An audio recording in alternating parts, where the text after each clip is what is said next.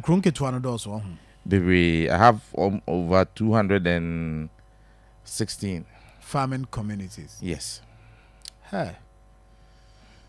Engineer, message you be there about or did kind of buy also acquire there. Yeah, find dear. Yamianim no queenie. One of our biggest challenges. Oba Ashanti Region now pet district or Maquine pa yakaho. Wunti mean yimi and sa yankaho. Wow. More quota our district name. Ye walk a crab, kakane one year. Because they say intact near dear. Jomahama pencil or bar first no. Kukurus are and nona kakra wa that's so a tad. Yakanya has it.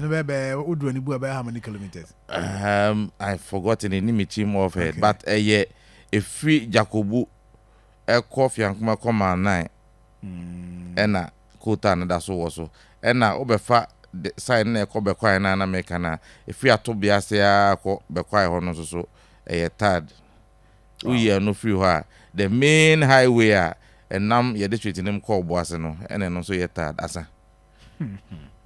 Me one crowd no there and crowd nyamunti because nyamunti cry na omoye ekwan fast e bia specifically ya ma district no cry ma say me enti me one no na de enyi no free ejo ha de ma 9 de no na bia wo kama enti wo free main road no na wo branch fa afo akona wo Jacobu capital na me ya rebe ho na fasoda. Yes, very bad. Yes, e ho na say mutwa so yi ye ntwa so baby e twa so ne ye asikasu ekwan no ekwan ya di ruwa Jacobu no mienu afọ akokwan ya mekasa ya basai na asikasu ekwan no eno nso fa asikasu besi akasanim esre so patabo na fe ruwa Jacobu. Yes, enti main road no ai di ruwa mekasa airport no bridge ne bu ye no na ye start say ye sa alternative route na asikasu kwan no.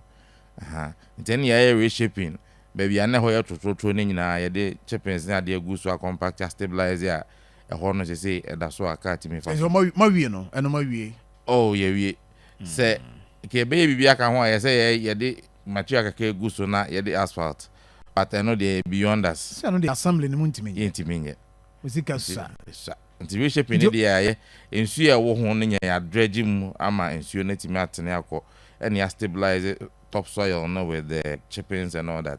Engineers and I very good job, wonderful job. I see.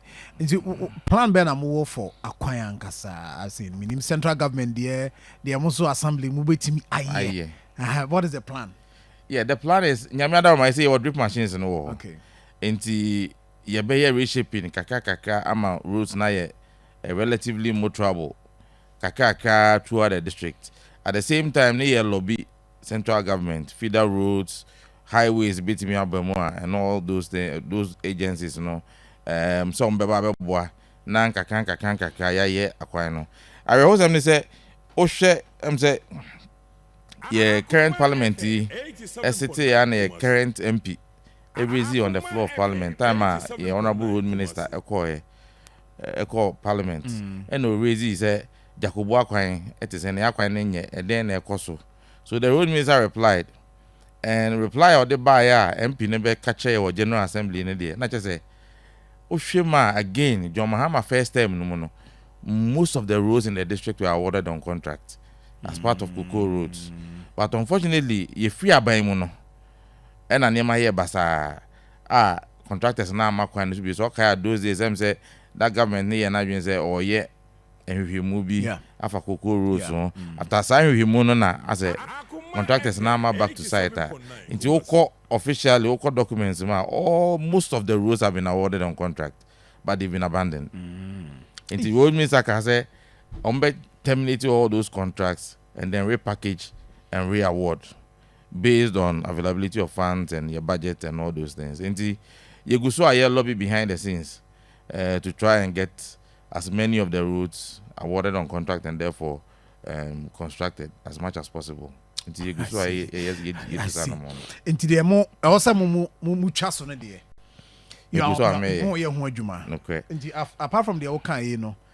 Mucha ebinom so ana apart from the reshaping on numeso if na so called numeso kwan ni nyina no omo ma fasa na say will bear witness the materials a good so compact nsuo tɔ baabi wɔ a ɛwɔ sɛ ɛhyɛ culvert a yɛahoɔden nya nnuru hɔ nti still a ɛtwitwa kwan no mu deɛ but obiara ɔnam kwan so biara nim sɛ machines abɛgu so ayɛ reshaping na yɛgu so yɛ ɛna jacobu bridge no buyɛ no ɛna yɛfrɛ machines no nyinaa free hɔ ɛde bɛyɛ sikasu alternative route no because it was an emergency ɛna ma yɛgyae nnummerɛ so deɛ no but you can send your cameraman there is there okay ayɛ adwuma kɛseɛ paa sɛ mɛka nnummerɛ so bɛpɔ tenten mɛka ne wɔ sɛ mede wei sɔ so ɛyɛ di kuro no ne kuro mpanyimfoɔ a ɛwɔ nnummerɛ so no mɛda ɔma so yie paa fisɛ ɛnyɛ ɔmo anka yɛntumi anyɛ sɛ adwuma no ɔmo support yɛ papapapapapapa yɛhia low bed I think that's the correct word ɛde bɛsesa machines de aba ɔmo so yɛ bakɔfa abrɛ mo na ɔmo de aba yɛni sika for fuel yɛasɔte kaka yɛbɛyɛ adeɛ de bɛba wode mo fa machines no mmra I mean it was wonderful yɛnya this kind of support from all the traditional rulers any authorities no na omo boa yen emiti halfway say I mean your route no yen so ho say the yesu say no okay I see